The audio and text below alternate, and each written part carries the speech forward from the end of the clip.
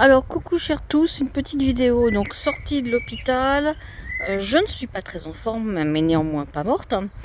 Et le médecin a été très clair, zéro effort. Mais zéro effort n'exclut pas que je fasse un tout petit peu de tourisme pour me remonter le moral, hein.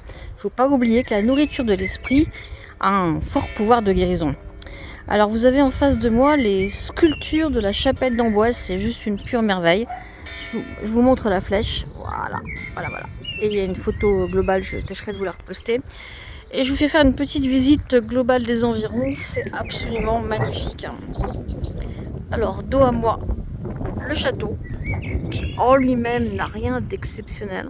D'ailleurs, c'est pas réputé être le plus joli. Je pense que la chapelle vaut nettement plus la peine que le château. Voilà, je vais tâcher de vous la montrer.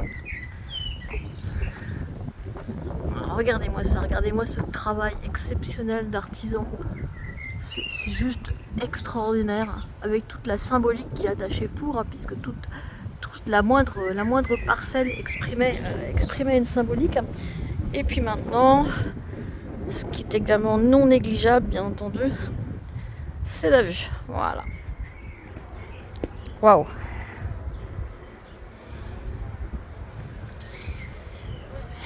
Alors aussi, un truc à aborder, et que je voulais absolument aborder avec vous, avant de clore le chapitre vidéo, hein, puisque j'ai fait 1300 km en 25 jours de vélo, 35 jours de voyage. C'est une belle performance. Un accident cardiaque m'a obligé à interrompre totalement l'effort physique. Le médecin a été très clair, le moindre effort risque de provoquer un départ. Voilà. Donc on va parler aujourd'hui de l'hygiène. Alors l'hygiène, c'est mon petit côté, vous le savez, mon petit côté survivaliste, hein. L'hygiène est hyper importante, hein. Et hier, quand les pompiers et les SAMU m'ont emmené, j'étais super contente d'être propre, manucurée, les ongles vernis, les fesses propres, ne sentant pas la transpi. Voilà, ça c'est important, l'hygiène, c'est aussi la dignité, c'est aussi l'intégrité de soi-même, hein. Mais il n'y a pas que ça, il y a aussi l'esprit nomade. Alors aujourd'hui, on a aussi dans l'hygiène le fait que les gens partent beaucoup en bivouac parce que ça leur semble être une solution très économique et vrai et faux. Alors c'est très économique où effectivement vous payez rien, mais seulement quand on passe derrière eux en pleine nature, on s'aperçoit qu'ils n'ont pas le bivouac élégant et qu'on y voit beaucoup de trucs dégueulasses, hein.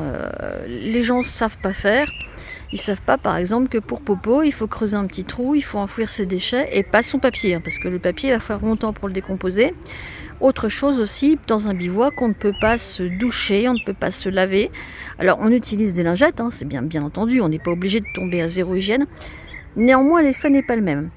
En randonnée comme ça au long cours, je prends une douche complète tous les 2 jours ou 3 jours maximum. Lavage de cheveux tous les 6 jours. C'est peu, mais c'est suffisant pour la peau. Le reste du temps, c'est lavage fesses, lavage face, lavage dessous de bras et point. Voilà. C'est un peu une obligation parce qu'on tombe aussi dans des campings où les douches sont tellement dégueulasses qu'on a peine à y mettre un pied, tellement il y a de piles de boîtes par terre et on n'a pas trop envie de nager dans les cheveux des autres. Mais l'hygiène est particulièrement importante, hein. Il est également important, en termes d'hygiène et d'intégrité physique, de faire attention de ne pas se blesser. Les blessures vont occasionner à elles seules la plupart des incidents à long terme.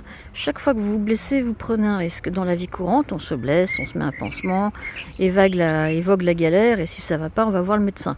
En voyage, c'est pas pareil. Alors en voyage en France, bien sûr, pas de problème, hein.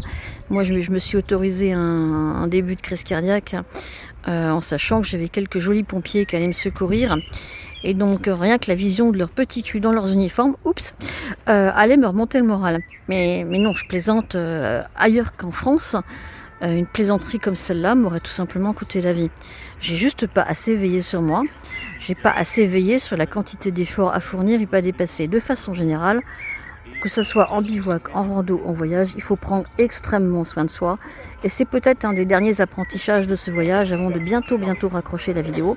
C'est qu'il ne faut pas sous-estimer les dégâts que l'on peut s'occasionner à soi-même par manque de soins, par manque d'attention.